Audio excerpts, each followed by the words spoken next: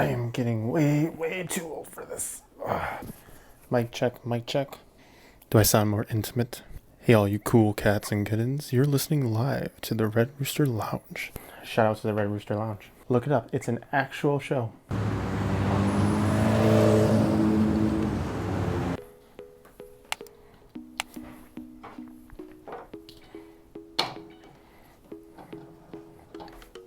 Practical.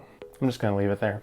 Welcome everyone back to my YouTube channel. Now I know a lot of people that are getting into photography and videography don't have a huge studio space. Instead, they are using their room to film most of their projects, YouTube vlogs, or do a lot of their photography. So basically, space isn't a luxury. It's all they have to work with in the area they can work at and what they can do with it. So today we're gonna use this space right here. So today, showing a little too much, maybe we'll bring in more viewership. As most of you do, I was scrolling through Instagram and advertisements come up. However, advertisements come in handy, especially when you want to get into product photography, because it's a great starting point on where you can start to see where you want to go with your photography when it comes to product photography. So as I scrolled through Instagram while I was sitting in my den, it was the bathroom. I was sitting in the bathroom. As I was sitting there contemplating life's decisions, I was struck by this picture here. I actually don't know the name of the company. I'm going to have to look it up when I post this video on who it was. But from this picture, you can see it's a simple setup. A pair of shoes with a black backdrop and very muted colors, sticking mostly to blacks and whites. Bringing the saturation down, nothing crazy. So I wanted to redo that. I don't have much room. However, I do have something to my advantage. So for the holidays, I asked for a V flat. Now, some of you might know what a V flat is. If not, it's basically a very expensive piece of cardboard. I'm not even joking. Let me show you.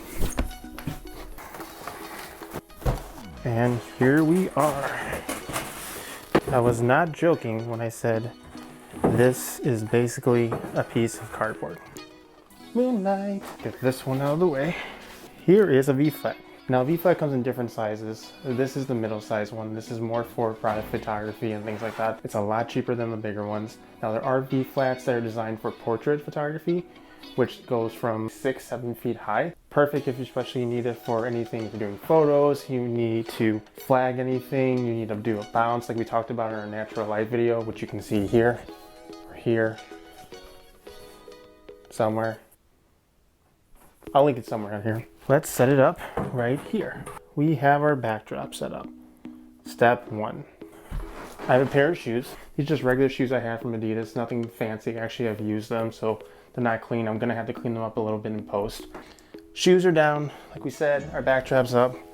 I decided on the camera we're gonna use the Sony a7 III and the 55mm 1.5 prime lens.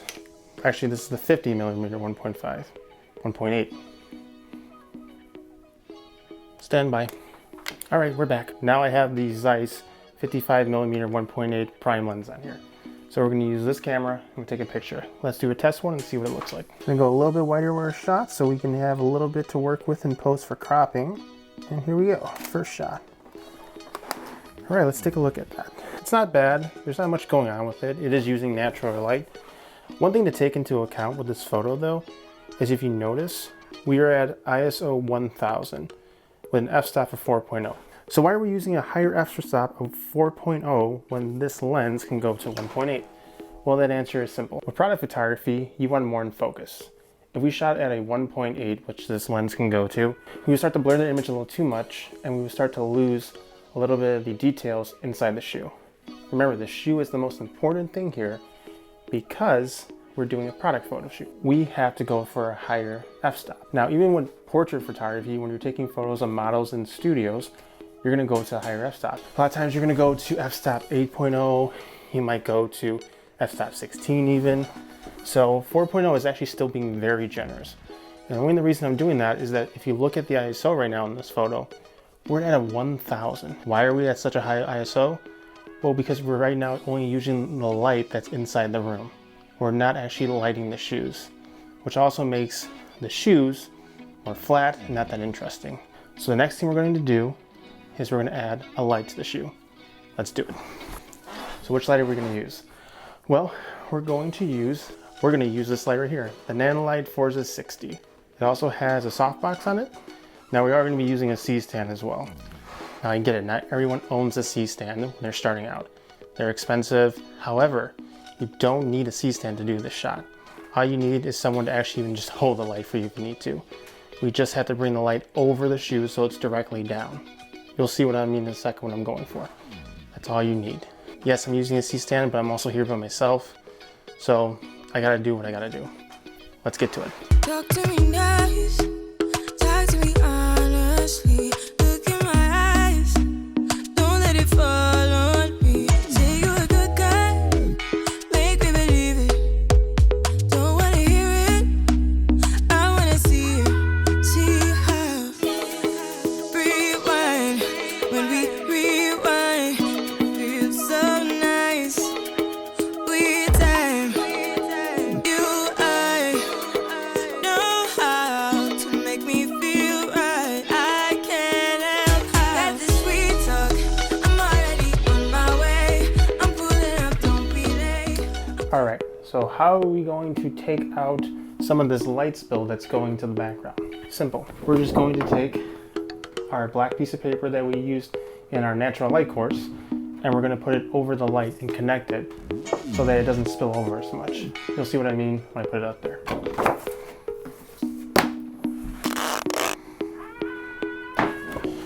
So let's connect it right here, and a lot of that light spill will be taken out now. All right, so we have our very fancy photography flag up here that's going to be blocking some of the light. Now, one thing I did do is I did move the shoes a little bit further up, bringing it away from the background. The reason why that's going to help me block even more light going to the backdrop. It's not a light shooting straight down, and none of it's bleeding over going to the back as much now. So let's take a photo, see what it looks. That's what we're looking for. The only thing we really want to be popping right now is the shoes. We also have that nice shadow coming from underneath each of the shoes that's creating a little bit more depth to it as well. This is what we're looking for. This is a good starting point. All right, so now that we have what we're looking for, we're going to take the photo and take it into post and edit it in Lightroom and Photoshop as well. Let me show you what we're going to do with it. Here we go. Hey everybody. All right, so now we're here in Lightroom. There's multiple different ways you can approach this, how you can edit it. There's no one way that's correct. There's no one way to get to where you want to get to. This is just one way that I would approach it, and not necessarily this would be the same way that I would do it if I did it again after the fact. I'm going to try to keep it as simple as possible so I don't go too crazy with it, but we are going to be in Lightroom and Photoshop. So here we go.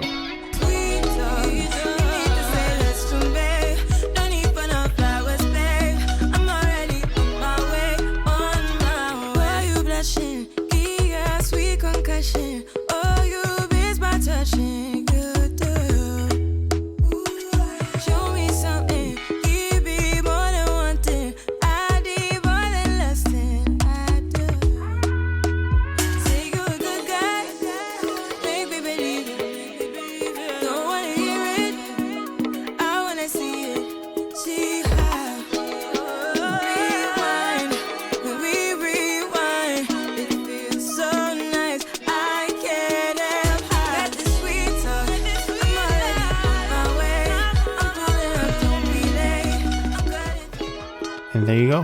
There is our final image. Well, I hope this was helpful. I hope you guys got something out of it. Thanks again for tuning in. I really do appreciate it. Make sure to hit the like button, leave a comment, subscribe if you haven't subscribed already. Hit the bell for notifications.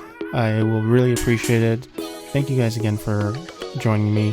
I hope you enjoyed this little journey with me, and see you guys next time. Later.